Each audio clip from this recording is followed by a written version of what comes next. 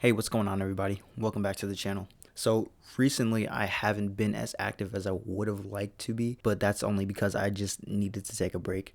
I've been kind of going hard for a little while, and I just needed to, take a step back, focus more on things like basketball that just started up for my school. But yeah, I'm back. So we're here with another video. This video is just going to be about discussing things that should have been brought back from D1. I've been getting a lot of footage from Taken King, and big thanks to Rezi, who's one of the moderators on the channel. Thank you for allowing me to use your account. So here we go. And at number 6 is the Clever Dragon Legendary Pulse Rifle. In my opinion, Iron Banner needs a new weapon. It needs new weapons. That is literally the only reason why Clever Dragon is on this list. The wait for an Iron Banner for me was very long, but in that time I was just thinking the new Iron Banner needs to have new weapons and new armor. Maybe they can throw it back to year 1 armor, but to my surprise the new armor was pretty cool. I mean, that was about the only thing exciting about Iron Banner. Obviously getting to play was pretty cool too, but weapons that we got, Bite of the Fox, Hero's Burden, and Roar of the Bear, these were all old weapons from Forsaken, I believe, and I just really thought that with the new expansion they would have changed up the weapons. The only reason for me even using them was for Pinnacle Gear, which Iron Banner was now a part of, or a source of, so which was a really good thing for Iron Banner. I mean, it kept people playing.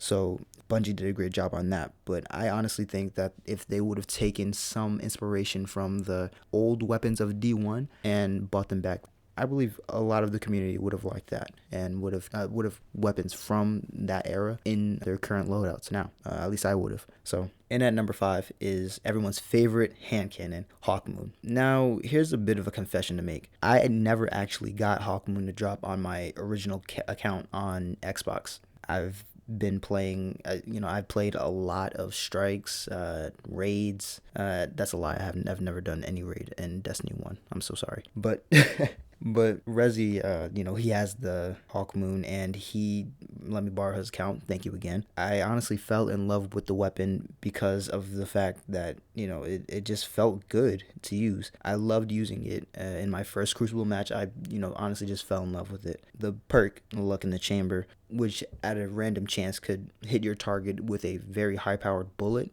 and if it hits in the head, I'm pretty sure it's a one-tap. So that's obviously a really good thing about it.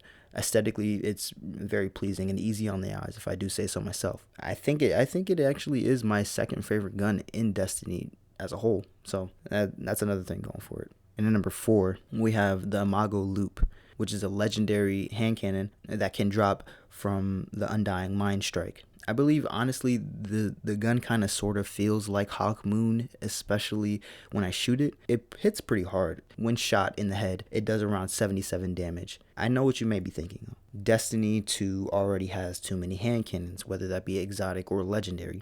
But you really got to think, is that honestly that big of a problem to just stop a, hand cannon from coming back? I feel like not really.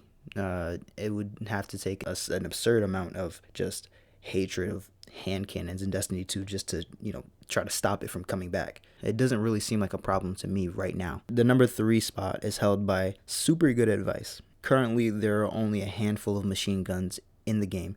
21% Delirium, Hammerhead, Temporal Claws, and adding Super Good Advice back in the game wouldn't change much, but honestly, because it wasn't that overpowered in the original game, the purpose for having it in, honestly, it would just be to have another Destiny 1 exotic back. Pretty much just like the Monte Carlo. I'm sure most of the community likes having a little throwback every now and then to exotics that they might have liked in D1's history. So basically, that's the whole reason why it would have been brought back in the first place. That's why I would like to see it back, because I did enjoy using it, and, just aesthetically, it kind of reminded me of a coral snake. It kind of had those like little patterns to it, but I liked it for sure. And at number 2 is a weapon that you guys might not have expected, and it's the Darkblade Spite, a legendary fusion rifle obtained by chance after defeating the boss at the end of a Darkblade strike.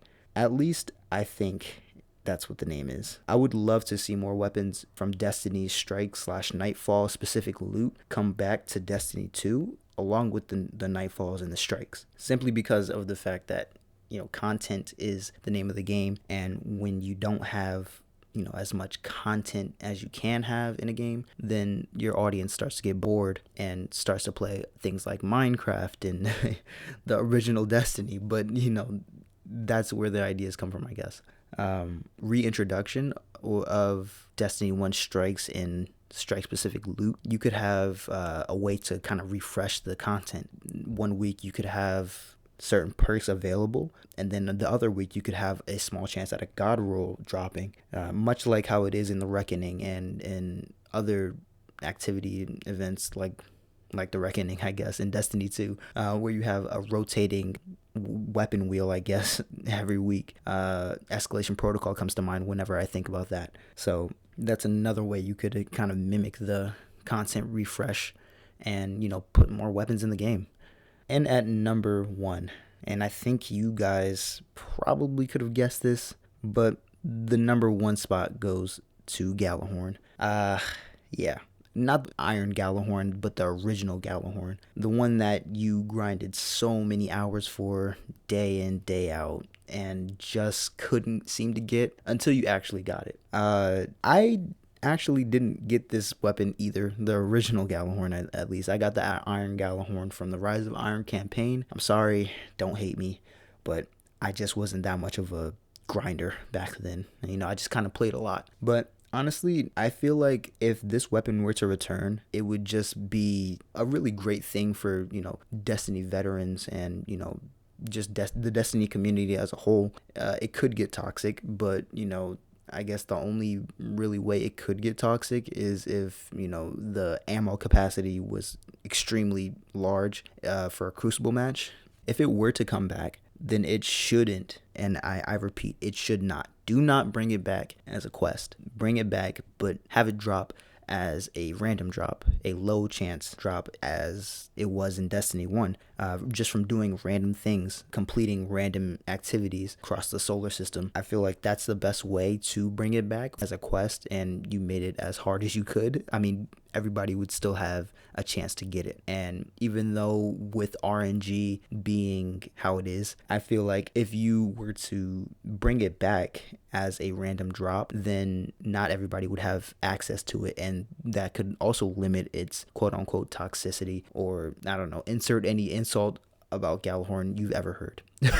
Also, it would just bring old memories back from just grinding and laughing with friends about how you didn't get it, and things like that, along with the nostalgia, of course. But that's it for today, guys. I hope you guys like the list. I do exotic help live streams. If you haven't subscribed to the channel and you're new, I would very much appreciate it if you did. Comment down below what was your favorite weapon on this list, or if you had a favorite weapon at all in Destiny 1, just let me know, and I will be sure to favorite it. I will see you guys in the next one.